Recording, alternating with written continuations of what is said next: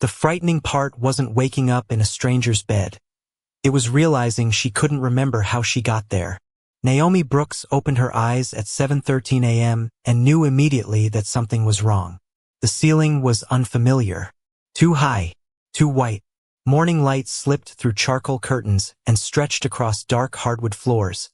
Expensive furniture, and a bedroom large enough to swallow her entire apartment. Naomi didn't move. Her heartbeat did. Fast, hard. Her mouth tasted dry. A dull pressure sat behind her eyes, and when she tried to remember the night before, her mind gave her fragments instead of answers.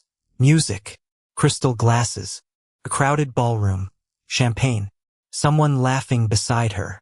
Then nothing. Naomi pushed herself upright. The sheets fell from her shoulders. She froze.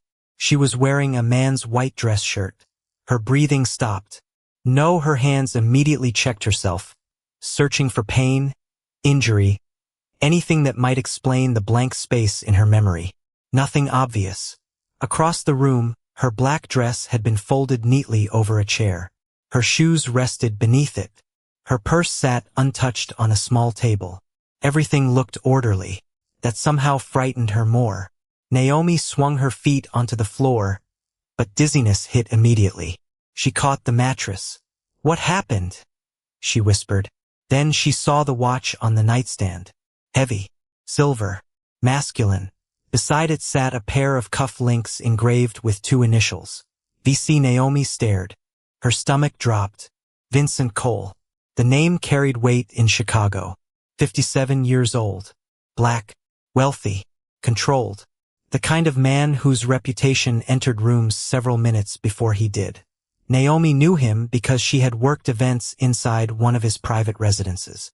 She had seen businessmen straighten when he approached. She had watched confident men lower their voices around him. And now she was in his bed, wearing his shirt, with no memory of last night. Footsteps sounded outside. Naomi's head snapped toward the door. The handle moved. Vincent entered carrying a glass of water and stopped the instant he saw her awake. He wore black trousers and a dark sweater, his deep, brown face composed, short hair touched with silver at the temples. There was no surprise in his expression, only watchfulness. Naomi backed against the headboard. "Don't touch me." Vincent stopped.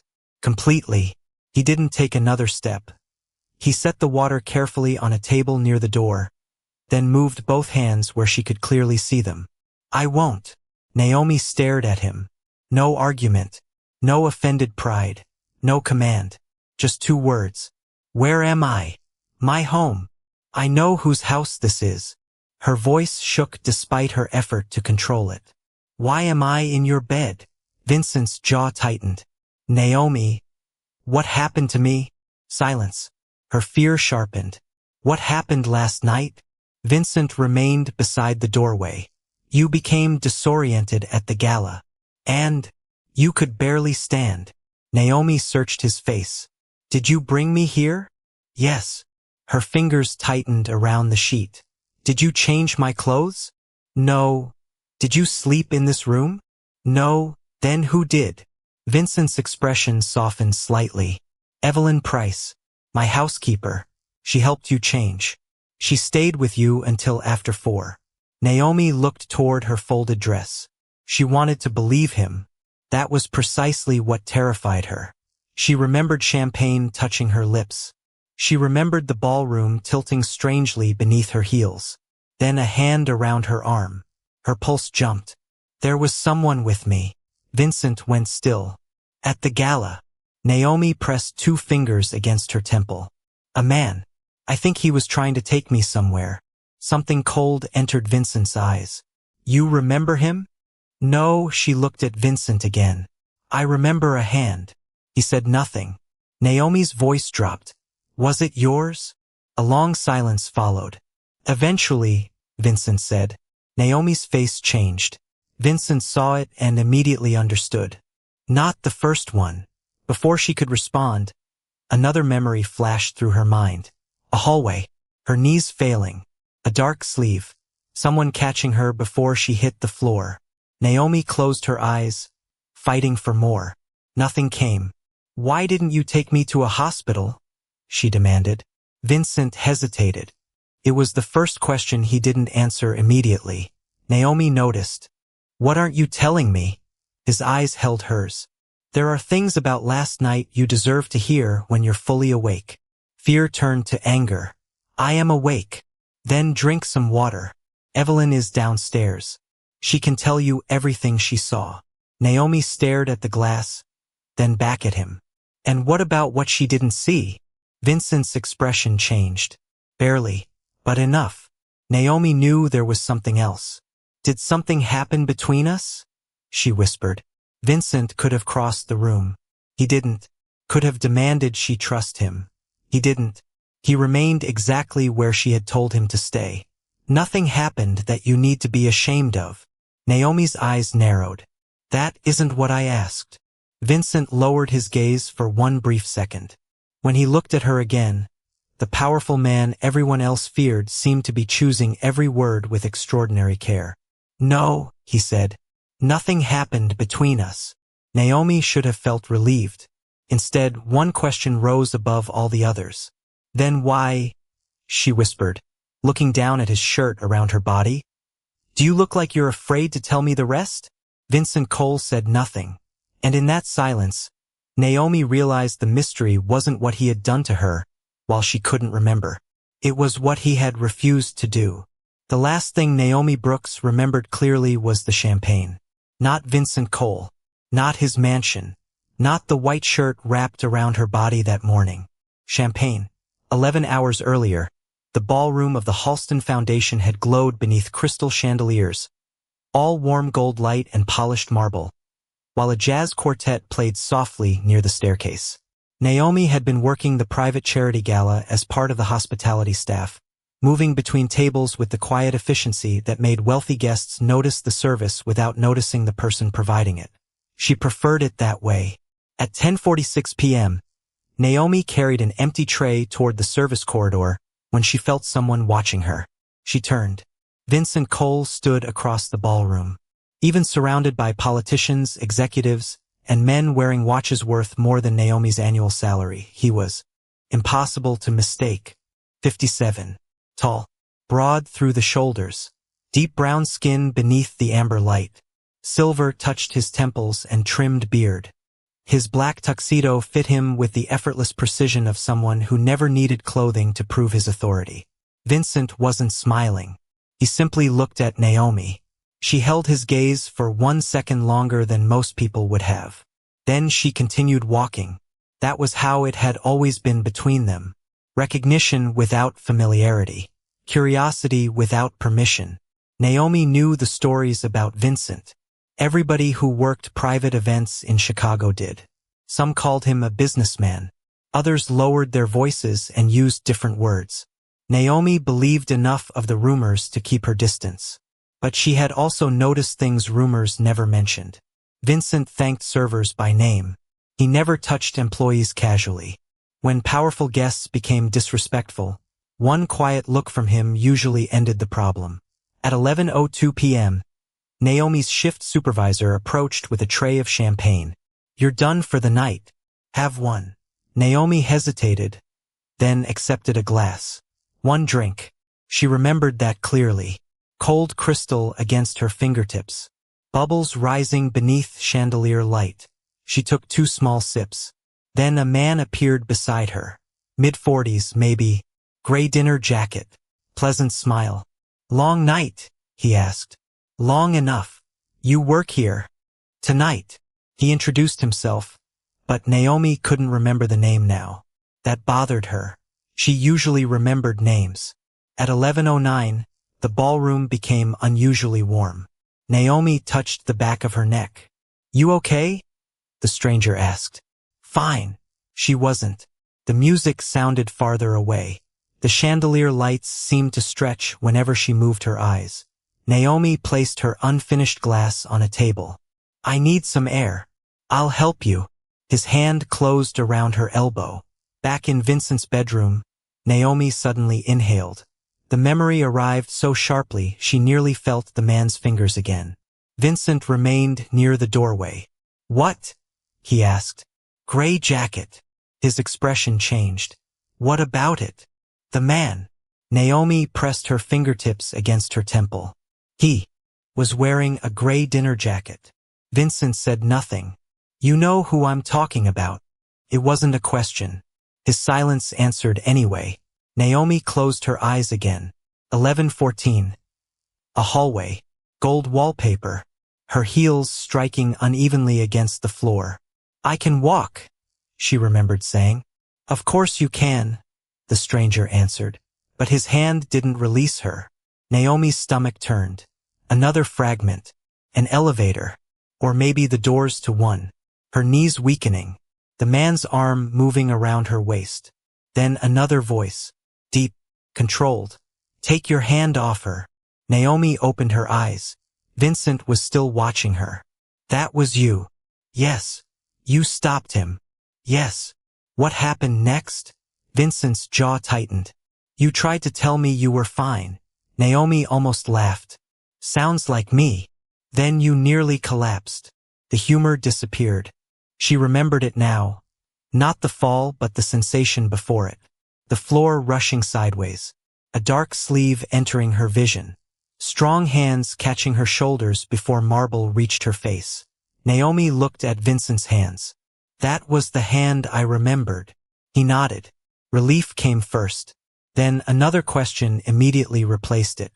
What did he do to me? Vincent's expression became unreadable. I don't know yet. You don't know? I know what I saw. I know how you were behaving. I know it wasn't consistent with 2 sips of champagne. Naomi's face went cold. Was something in my drink? Possibly. Did you test me? A doctor examined you here. Naomi stared at him. Here?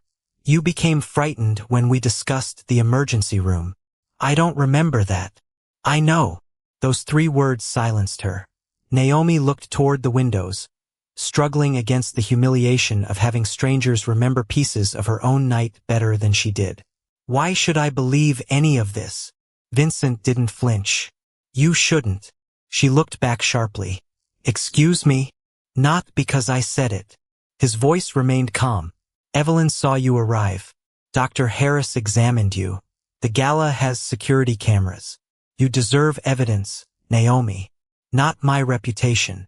The room went quiet.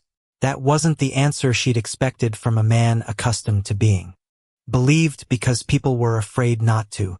Naomi pulled the shirt tighter around herself. There's still something missing. Vincent's eyes hardened slightly. Several things. No, she shook her head. Something you're avoiding. Silence. Then another memory flashed. A dark bedroom. Her own voice weak and frightened. A hand in hers. Naomi's heartbeat stumbled. She looked directly at Vincent. You were in this room with me last night. He didn't deny it. For a few minutes. And what happened during those few minutes? Vincent Cole, a man who could silence crowded rooms merely by entering them, suddenly looked like he would rather face anything than answer her.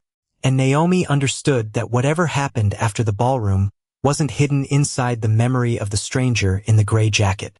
It was hidden inside the moment Vincent had chosen to leave. The woman who finally gave Naomi the truth did not ask her to trust Vincent Cole. She asked her to trust what she had seen with her own eyes. 20 minutes after Vincent left the bedroom, Naomi came downstairs wearing her own clothes. Her black dress had been replaced by dark trousers and a cream sweater Evelyn Price had left outside the door. The mansion looked different in daylight. Less threatening, almost painfully quiet. Morning sun spilled across polished floors. Somewhere beyond the windows, Chicago moved normally, indifferent to the fact that Naomi was trying to reconstruct hours missing from her life. She found Evelyn in the kitchen. 63 years old, silver threaded through her natural curls. Evelyn stood beside the counter pouring tea. She looked at Naomi once and immediately set down the pot. How are you feeling? Like everybody knows something I don't. Evelyn's expression softened. Sit down, baby. Naomi remained standing. Did you change my clothes? Yes. No hesitation. Was Vincent there? Not while I changed you. Did he ask you to say that? Evelyn's eyebrows rose. Mr. Cole signs my checks. He does not own my mouth. Naomi almost smiled. Almost. Tell me everything. Evelyn pulled out a chair. This time, Naomi, Saturday, you arrived shortly after midnight. Evelyn began. Mr. Cole carried you inside because you couldn't walk safely. Naomi's fingers tightened around the edge of the table. Was I unconscious? No. Confused. Frightened. You knew your name. You recognized him sometimes. Then you'd ask where you were again. Naomi lowered her eyes. He wanted you taken to the emergency room. When the driver mentioned the hospital, you panicked. A fragment returned. Bright lights through a windshield. Her own voice saying, please don't leave me there. Naomi swallowed. So he brought me here. He called Dr. Harris before we reached the house, Evelyn said. The doctor examined you in this room with me present. The whole time. The whole examination. Naomi finally exhaled. And the shirt. Evelyn gave her a knowing look. Mine wouldn't fit you. His would. I took it from the laundry room. He didn't give it to me? He wasn't even upstairs. Naomi stared into the untouched tea. Every answer removed one fear and uncovered another. When did he come into the bedroom? Evelyn became quiet. Naomi noticed immediately. You said he wasn't upstairs. Not during the examination. Not while I changed you. But later. Evelyn nodded. Around 2. Naomi's pulse quickened. Why? Because you asked for him. The room seemed to narrow. I asked for Vincent? Repeatedly. Naomi shook her head. That doesn't make sense. I barely know him. Fear doesn't always choose the person we expect. Naomi looked away. Evelyn continued gently. You woke up disoriented. You thought the man from the gala had followed you here. The gray jacket. Evelyn nodded. You remembered him? Pieces. Naomi's voice hardened. Did Vincent tell you who he was? No. Only that security was reviewing the footage. Naomi pushed back slightly. And when Vincent came upstairs? Evelyn folded her hands. He stood exactly where you told him to stand this morning. Naomi looked at her. By the door. At first. Evelyn's eyes held hers. You asked him to come closer. Naomi felt cold. Another fragment flashed. Darkness. A lamp burning beside the bed. Vincent's silhouette near the door. Her own hand reaching through the dim light. Did you leave? Not immediately. What does that mean? It means I was in the room when he sat in the chair beside you. I saw him give you water. I saw you calm down. Evelyn paused. Then Dr. Harris called me downstairs to discuss your medication. Naomi's heartbeat accelerated. How long were you gone? Maybe 6 minutes. 6 minutes. It sounded insignificant until it became 6 minutes she couldn't remember. And when you came back? Evelyn studied her carefully. Mr. Cole was in the hallway. Why? You should ask him. Naomi stood. I'm asking you. And I'm telling you what I personally saw. Nothing more. Naomi recognized the distinction. Evelyn wasn't protecting Vincent. She was refusing to invent certainty. Was I afraid when you came back? Naomi asked. No, upset. No, was he?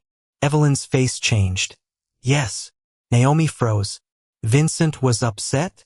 More than I've seen him in years. At me? No, Evelyn shook her head. I don't think so. Naomi turned toward the kitchen doorway. Vincent stood at the far end of the adjoining hall, speaking quietly into his phone. As though sensing her eyes, he looked up. Their gazes met. He ended the call. Naomi walked toward him. He waited. Evelyn told me you were alone with me for 6 minutes. Vincent's expression became still. Approximately. She told me I asked you to stay. You did. Naomi stopped several feet away. What happened after she left? Vincent didn't answer. No more protecting me from my own night, Naomi said. I want the truth. Something heavy moved behind his eyes. You reached for me. Naomi's breathing changed. And Vincent glanced toward Evelyn, then back at Naomi. And that's the part you deserve to hear from me. He stepped toward the library, then stopped before entering. But once I tell you, Naomi, you may understand why I refused to stay in that room. Vincent Cole had spent 30 years making other men uncomfortable with silence. That morning, Naomi Brooks made him afraid of his own. The library door closed behind them with a soft click. Morning light cut through tall windows, falling across shelves of dark leather books and a cold fireplace. Vincent remained near the door. Naomi stood beside a long table, arms folded tightly across her chest. "Start with the car," she said. Vincent nodded. "You became unsteady at the gala. I caught you before you fell." Security stopped the man in the gray jacket from leaving. "Who is he?" "Daniel Mercer, a guest of one of the foundation donors." "Did he put something in my drink?" "I don't know yet." Naomi's eyes narrowed. "But you think he did?" "I think you deserve to be treated as though something was wrong, not dismissed as drunk." That answer quieted her for a moment. "Why didn't you take me to the hospital?" "I tried." Vincent walked toward the window but kept several feet between them. "My driver headed for Northwestern Memorial. When you realized where we were going, you panicked." Naomi searched the darkness in her memory. Then something surfaced. Red traffic lights through tinted glass. Her own hands shaking. "No hospital," she whispered. Vincent turned. "That's what you kept saying." "Why?" "You said your mother died in one." Naomi froze. The memory struck deeper than the others. Her mother's final week. Machines. White walls. The smell of disinfectant. Naomi lowered her eyes. "I don't remember telling you that." "You shouldn't have had to." Vincent's voice softened. "You weren't yourself.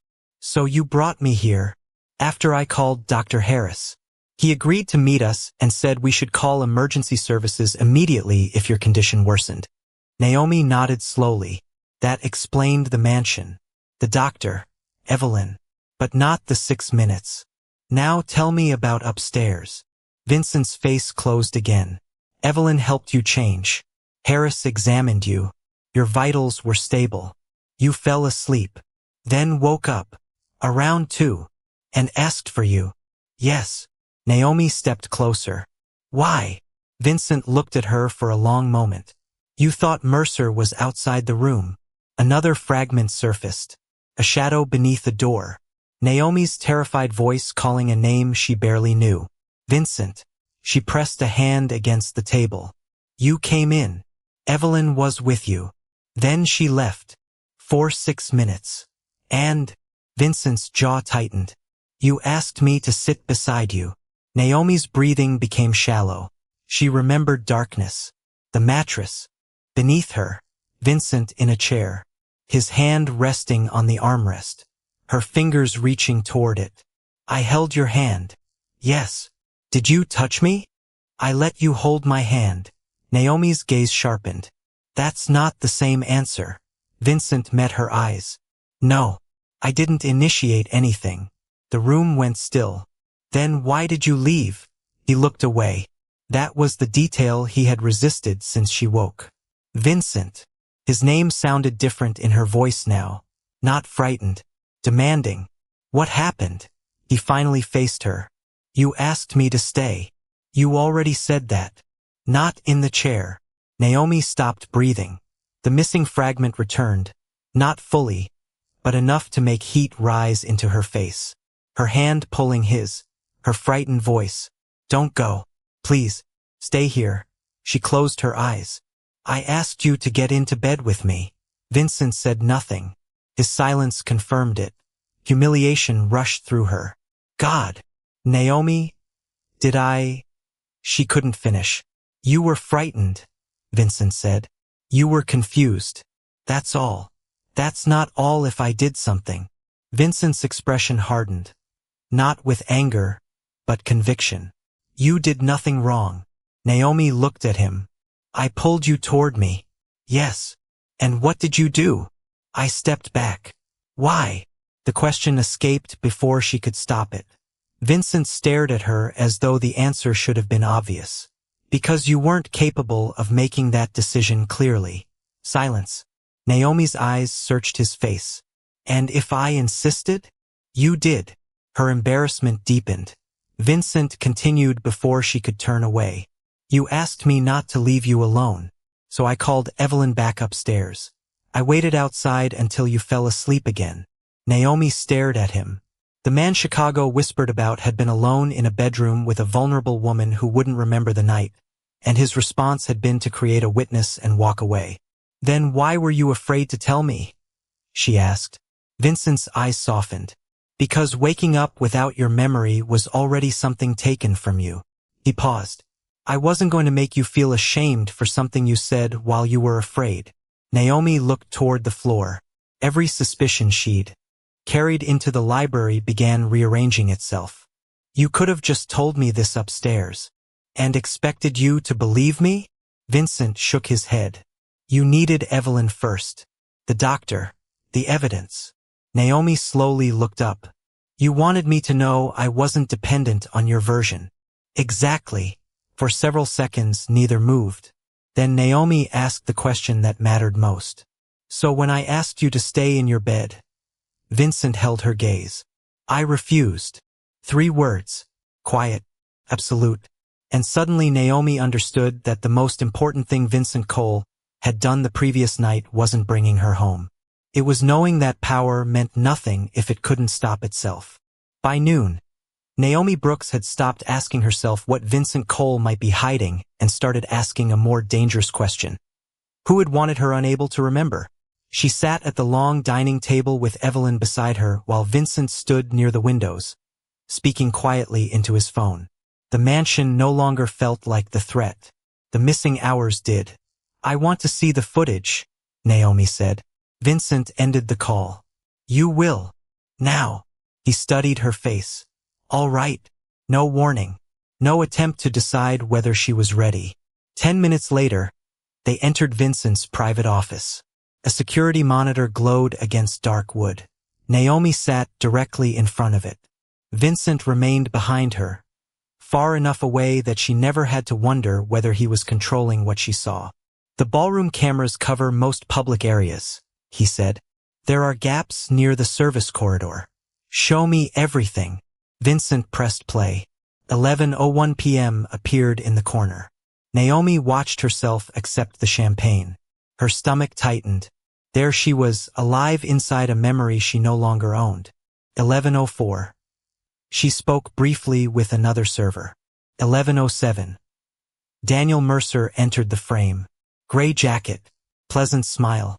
Naomi leaned closer. That's him. Vincent said nothing.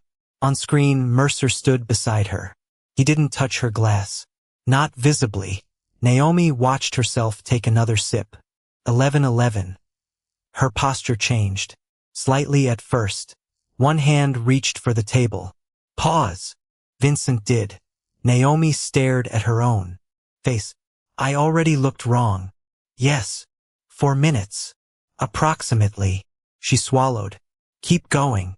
At 11:14, Naomi walked toward the corridor. Mercer followed. At 11:15, he placed a hand beneath her elbow. At 11:16, Naomi pulled away. Even without sound, the refusal was unmistakable. Her body turned from him. His hand returned. Naomi's jaw tightened. Then another figure entered the frame. Vincent. He approached without rushing. Mercer released her immediately. Naomi watched Vincent speak to him. Whatever he said erased Mercer's smile. Then Naomi's knees buckled. Vincent caught her before she hit the floor. Naomi stared at the frozen image. His hands were on her shoulders, holding her upright. Nothing more. That's what I remembered. Vincent nodded. The hand. Yes. She watched herself grip the front of his tuxedo as if the room were moving beneath her. Something inside Naomi twisted.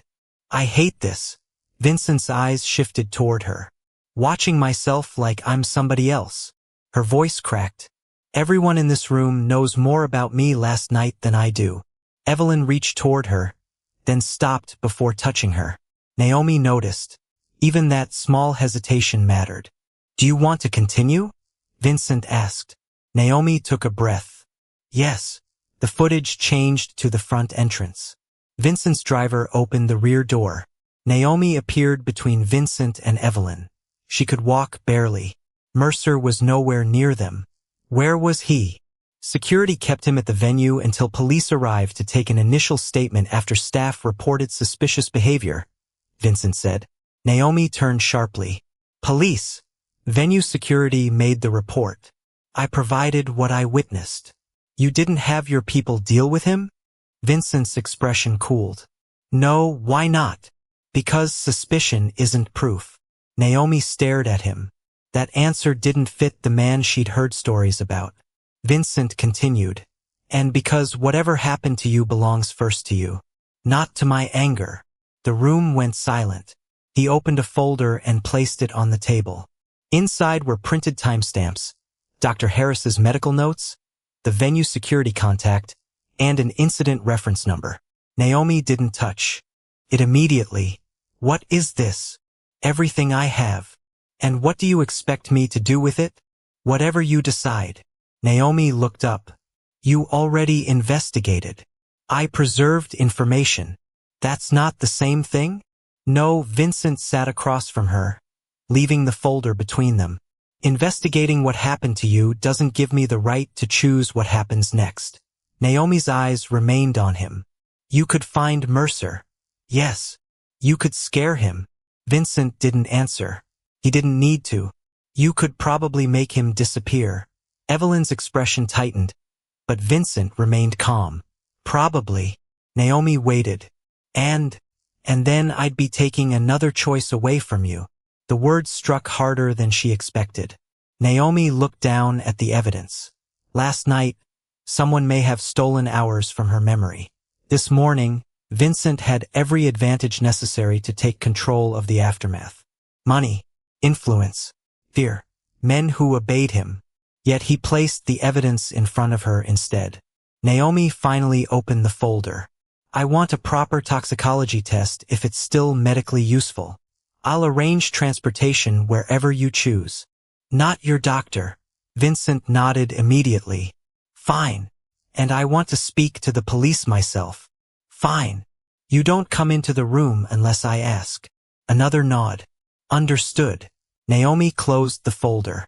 You're agreeing awfully easily for a man who gets called a mafia boss. Something almost resembling a smile touched Vincent's face. Don't confuse restraint with obedience. What's the difference? Vincent looked at her for a long moment. Obedience is doing what someone tells you because they have power. His eyes dropped briefly to the folder, then returned to hers. Restraint is having power and knowing when it isn't yours to use. Naomi said nothing. For the first time since waking in his bed, she no longer felt like the weakest person in Vincent Cole's house, because the most powerful man there had just placed the next move entirely in her hands. 3 days later, Naomi Brooks learned that getting the truth back did not feel anything like getting her memory back. The independent hospital had completed the tests, could still perform, the police had taken her statement, and the Halston Foundation had preserved every available camera file. Nothing restored the missing hours. But now Naomi had something almost as important, a timeline that belonged to evidence instead of fear. She sat in Vincent Cole's library beneath the same pale morning light that had frightened her days earlier. This time she had chosen to come. This time she wore her own clothes. And this time Vincent waited for permission before sitting across from her. They found something, Naomi said. Vincent's expression remained controlled. I know. Her eyes narrowed. How? Detective Monroe called my attorney because my statement is part of the case. And I told him anything concerning your medical information should come from you. Naomi studied him. 3 days ago, she might have assumed that was performance. Now she knew better. The doctors said my symptoms were consistent with exposure to a sedating substance, she said. They can't establish exactly when or how it entered my system. Vincent's jaw tightened. And Mercer. The police are still investigating. Another guest remembered seeing him near the table where I left my glass. Silence. Vincent looked toward the window.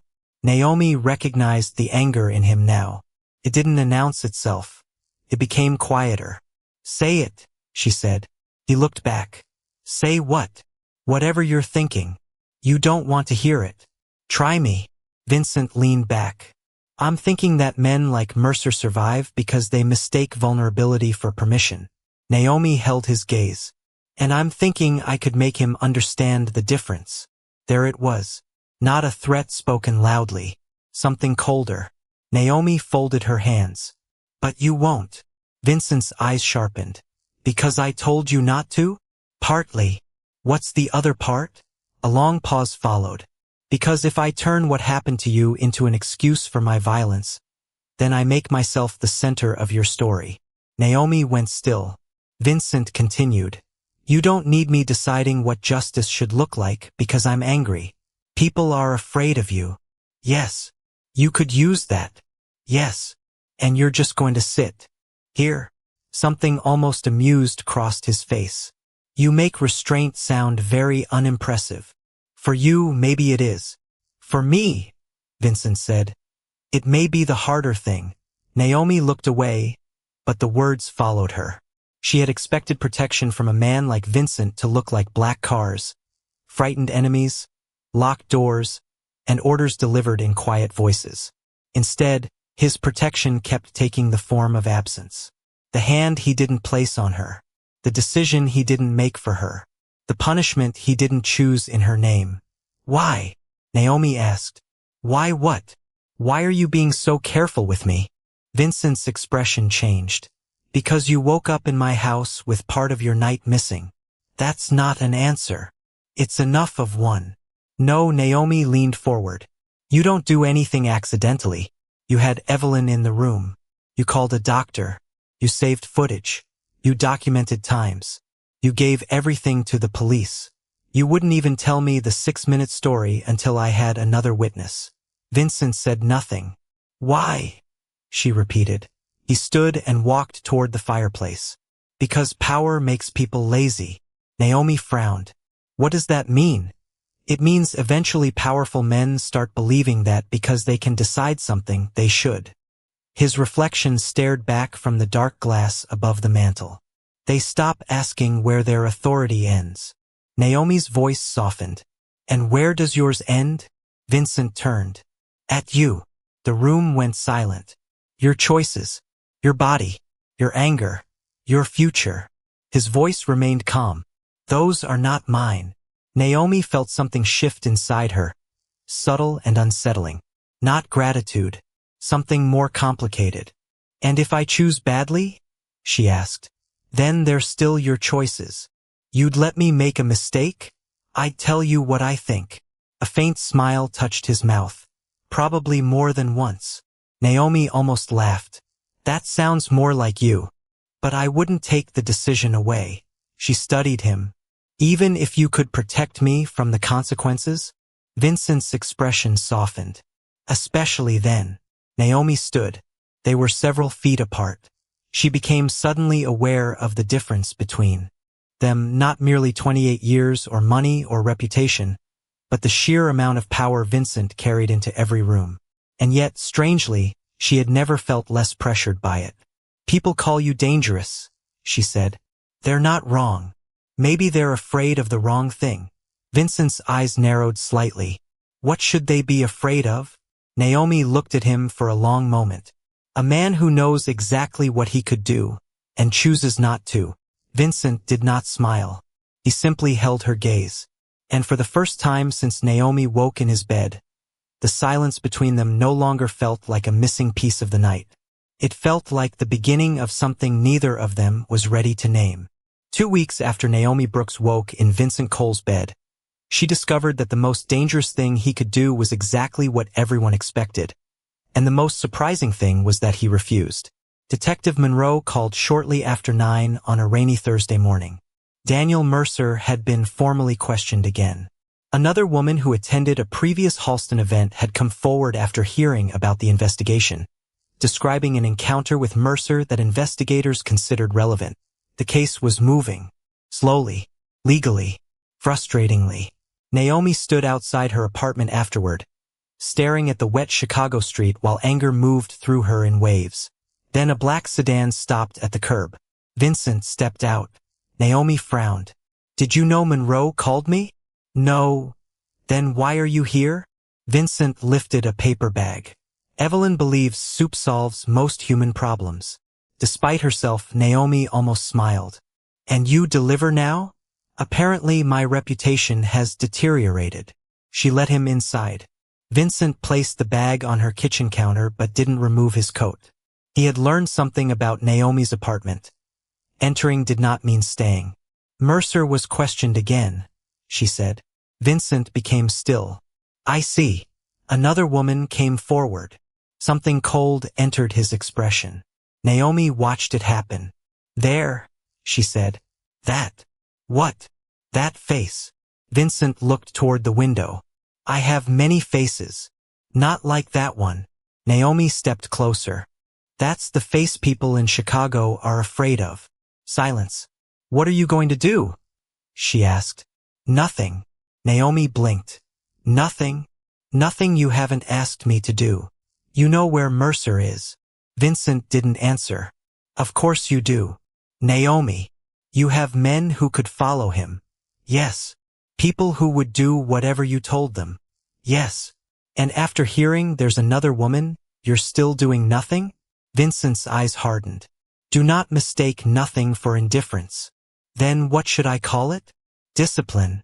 The word landed quietly. Naomi folded her arms. Explain. Vincent took several seconds before answering. The first night, I wanted Mercer brought to me. Naomi stared at him. You ordered it? No, why? Because you woke up without your memory. His voice lowered. I wasn't going to make your first clear decision irrelevant by making mine first.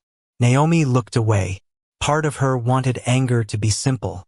She wanted Vincent's power to feel like a weapon she could point toward the person she blamed. Maybe I want you to scare him, she said. Vincent studied her. Do you? Naomi opened her mouth. Nothing came. Or do you want to know that I could? He asked. That question struck deeper. Naomi sank into a chair. Rain tapped softly against the kitchen window. I hate waiting. I know. I hate that he gets to wake up every morning remembering everything. Vincent's jaw tightened. I know. And I hate that everybody keeps telling me the investigation takes time. Her voice cracked. Something happened to me in minutes. Now everybody wants me to be patient for months. Vincent remained where he was. He didn't reach for her. Then be angry. Naomi looked up. At who? At him. At the system. At me if you need to. Why you? Because I'm standing here. A broken laugh escaped her. Then her eyes filled. She wiped them immediately. Don't. I didn't say anything. You're looking at me like I'm fragile. Vincent's expression softened. No. I'm looking at you like you're angry. What's the difference? Fragile means I decide what you can handle. He paused. Angry means I respect that you know exactly why you're hurting. Naomi went quiet. Vincent moved toward the counter and poured the soup into a bowl, giving her the dignity of not watching her collect herself. Why didn't you handle Mercer your way? She asked again. Vincent set the bowl down. Because protecting you doesn't mean owning your anger. Naomi looked at him. And if the police fail? Then you decide what you want to do next. And you'll just accept it? I may disagree. But, Vincent met her eyes. But your pain is not a blank check for my power. The room went silent. Naomi had spent 2 weeks trying to understand why she felt safer around a man whose name frightened other people. Now she knew. It wasn't because Vincent lacked the capacity to be dangerous. It was because, around her, he treated restraint as a responsibility. She stood and walked him to the door. Vincent reached for the handle. Vincent. He turned. Thank you.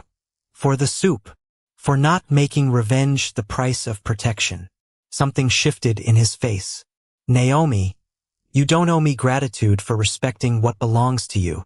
What belongs to me? Vincent held her gaze. The right to decide what happens next. Then he left. Naomi stood behind the closed door listening to his footsteps disappear down the hallway.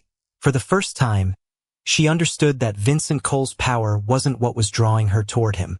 It was the line he kept refusing to cross. 6 weeks after the night Naomi Brooks couldn't remember, She walked into Vincent Cole's library remembering exactly why she had come. No dizziness. No borrowed shirt. No missing hours. She wore a burgundy coat over a black dress, her natural curls framing a face that no longer carried the frightened uncertainty Vincent had seen that first morning. He rose when she entered. "You didn't tell me you were coming." "I know." Naomi closed the door. Vincent studied her. "Is something wrong?" "No." "The investigation?" "Still moving." "Then why are you here?" Naomi almost smiled. "You always need a reason?" "With you lately, yes." The answer was lighter than his usual tone, but the distance remained. It had been there for weeks. Vincent answered her calls. He provided information when she requested it. He never peered without invitation. And whenever a conversation became personal, he stepped backward so smoothly Naomi had begun wondering whether she had imagined the connection between them. "You've been avoiding me," she said. Vincent's expression didn't move. "No, you're terrible at lying. I'm actually very good at it." "Not with me." Silence. Naomi walked farther into the room. Vincent remained behind his desk. 28 years stood between them. So did wealth, reputation, experience, and a night in which she had been vulnerable while he held every advantage. Vincent knew every one of those facts. That was precisely the problem. "Why are you keeping your distance?" Naomi asked. "Because distance is appropriate." "According to who?" "Me." "That's convenient." Vincent's jaw tightened. "Naomi." "No. You don't get to say my name like that and end the conversation." His eyes sharpened. "What conversation do you think we're having?" She held his gaze. "The one where you pretend you don't feel anything because feeling something makes you uncomfortable." The room went still. Vincent slowly removed his glasses and placed them on the desk. "You are 29. I'm aware. I'm 57. I'm also aware of basic subtraction." His mouth almost moved. Almost. "This isn't funny." "I didn't say it was." Vincent stepped around the desk. "You met me under circumstances that blurred every line that should remain clear. You woke up frightened in my home. I helped you. Gratitude can feel like something else when a person is recovering." Naomi stared at him. "There it is." "What?" "You deciding what I feel." "I'm trying to be responsible." "No, you're trying to be safe." His expression hardened. "There are worse things." "For who?" Vincent didn't answer. Naomi moved closer, stopping several feet away. "When I couldn't remember my own choices, you protected them. When I was angry, you refused to choose revenge for me. You kept telling me my decisions belonged to me." "They do." "Then why doesn't this one?" Vincent froze. Naomi's voice softened, but not her resolve. "You respected my choices when I couldn't make them clearly. Don't disrespect them now that I can." The words landed between them. Vincent looked away first. "You don't understand what being close to me costs." "Then tell me." "People watch me. They watch anyone I care about. That's information. Give it to me. Don't turn it into a decision you've already made." Vincent exhaled slowly. "And if I tell you I don't want this?" Naomi's expression changed. Pain flickered across it, but she didn't retreat. "Then I'll leave." Vincent looked at her. "That simple?" "No," she swallowed. "It'll hurt." But no still means no when you're the one saying it. Silence. The sentence struck him harder than accusation ever could. Naomi waited. She did not touch him, did not close the remaining distance. Vincent finally spoke. "That's the problem." "What is?" "I don't want you to leave." Naomi's breath caught. Vincent's control returned almost immediately. "But wanting something doesn't automatically make pursuing it right." "Agreed." "And gratitude isn't love." "Also agreed." "Then what are you asking from me?" Naomi considered him. "Nothing tonight." Vincent frowned. "Nothing?" "I'm telling you that I'm interested in you. Clearly. Soberly. With a complete memory of this conversation." A faint, almost defiant smile touched her lips. "What you do with that information is your choice." She turned toward the door. "Naomi." She stopped but didn't turn. You came here just to tell me that? No, now she looked back. I came here because you taught me something. What? Her eyes held his. Respecting someone's agency isn't only important when their answer protects you from temptation. Vincent went completely still. It matters when their answer frightens you too. Then Naomi opened the door and walked away. Vincent Cole remained alone in the library, staring at the space where she had stood. For years, he had believed restraint meant knowing when not to take what he wanted. Naomi Brooks had just forced him to confront the other half of that truth.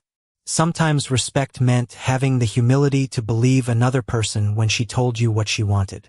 For months after Naomi Brooks woke in Vincent Cole's bed with no memory of how she got there, she stood beneath the lights of another Chicago ballroom, remembering every second of the night. That was the difference. The Halston investigation was still moving through the courts, but Daniel Mercer had been formally charged after additional evidence and witness statements emerged. Naomi had given her statement, cooperated when asked, and then done something harder than waiting for justice. She had continued living. She had left private event service and accepted an operations position at an independent hospitality company with no connection to Vincent. Her apartment was still hers. Her bills were still hers. Her future was hers. And tonight, when she walked into a community scholarship fundraiser wearing a deep green dress, she entered as a guest. Vincent saw her from across the room. For several seconds, neither moved.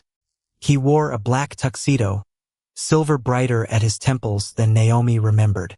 People still shifted around him instinctively. Men still watched his expression before deciding how loudly to speak. But Naomi no longer saw the reputation first. She saw the man who had stopped at a bedroom door when she said, "Don't touch me." Vincent crossed the ballroom slowly. "Naomi." "Vincent." His eyes moved over her face. "You look well." "I am." Something softened in him. "Good." Then silence. For months earlier, silence between them had contained fear. Tonight it contained choice. "I heard about the new job," Vincent said. Naomi raised an eyebrow. "You checking up on me?" "Evelyn told me." "That sounds more believable." A faint smile appeared. "She remains terrifyingly well-informed." Naomi laughed. Vincent looked at her for half a second too long. She noticed. "Still keeping your distance?" His smile disappeared. "Trying." "How's that going?" "Poorly, apparently." Naomi glanced toward the balcony doors. "Walk with me." Vincent followed her outside. Chicago stretched beneath them in silver and gold. The night air was cool, carrying distant traffic and the muted sound of music through the glass. Naomi rested her hands on the railing. Vincent stopped beside her, leaving the familiar, respectful space between them. "I remember something now," she said. His expression sharpened. "From that night." "Not a new memory." She looked at him. "Something you said afterward." Vincent waited. "You told me my choices, my body, my anger, and my future weren't yours." "They aren't." "And when I told you how I felt 6 weeks later, you still tried to decide whether my feelings were real." Vincent exhaled. "You enjoy returning to arguments you've already won. Only the important ones." He looked out over the city. "I was afraid." Naomi became still. Vincent Cole rarely admitted fear. "Of what?" "That one day you'd look at me and realize gratitude had been wearing the face of affection. And now you've had 4 months without needing anything from me." He turned toward her. "And you're still standing here." Naomi smiled softly. "Very observant." Vincent didn't smile back. 28 years, Naomi. I can count. My life isn't simple. Neither is mine. Being near me has consequences.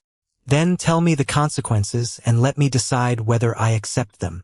Vincent studied her for a long moment. "You really haven't changed your mind." "No, why?" Naomi considered the question. "Because when I had no memory, you didn't use my confusion to become important to me." Her voice softened. "You gave me room to become myself again." Vincent's eyes lowered. "That's not a reason to love someone." "I didn't say it was." He looked back at her. "Then what is?" Naomi stepped closer.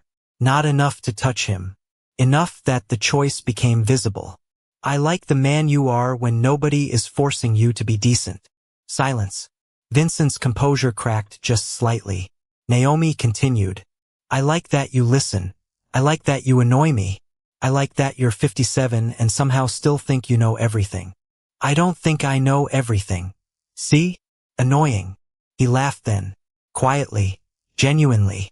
The sound disappeared into the night. When the silence returned, Vincent lifted one hand, then stopped before reaching her. That hesitation contained the entire story between them. The bedroom, the missing memory, her fear, his refusal. Naomi looked at his hand, then at him. Vincent asked quietly, "May I?" For months earlier, Naomi had awakened terrified because she couldn't remember what she had wanted. Tonight there was no missing hour, no confusion, no gratitude mistaken for obligation, no man deciding for her. Naomi closed the final distance herself and placed her hand in his. Yes. Vincent's fingers gently closed around hers. Nothing more. He didn't pull her toward him. He didn't turn permission into entitlement. He simply held the hand she had freely offered. Naomi looked out over Chicago, then back at the man beside her.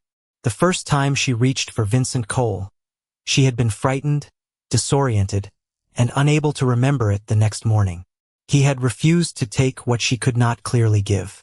The second time, she remembered everything. And this time, he asked. In a world where power was measured by what a man could take, Vincent had learned to measure his by where he stopped. And Naomi had learned that dignity was not something another person could grant her. It was the freedom to say no, the freedom to say yes, and the right to have both answers respected.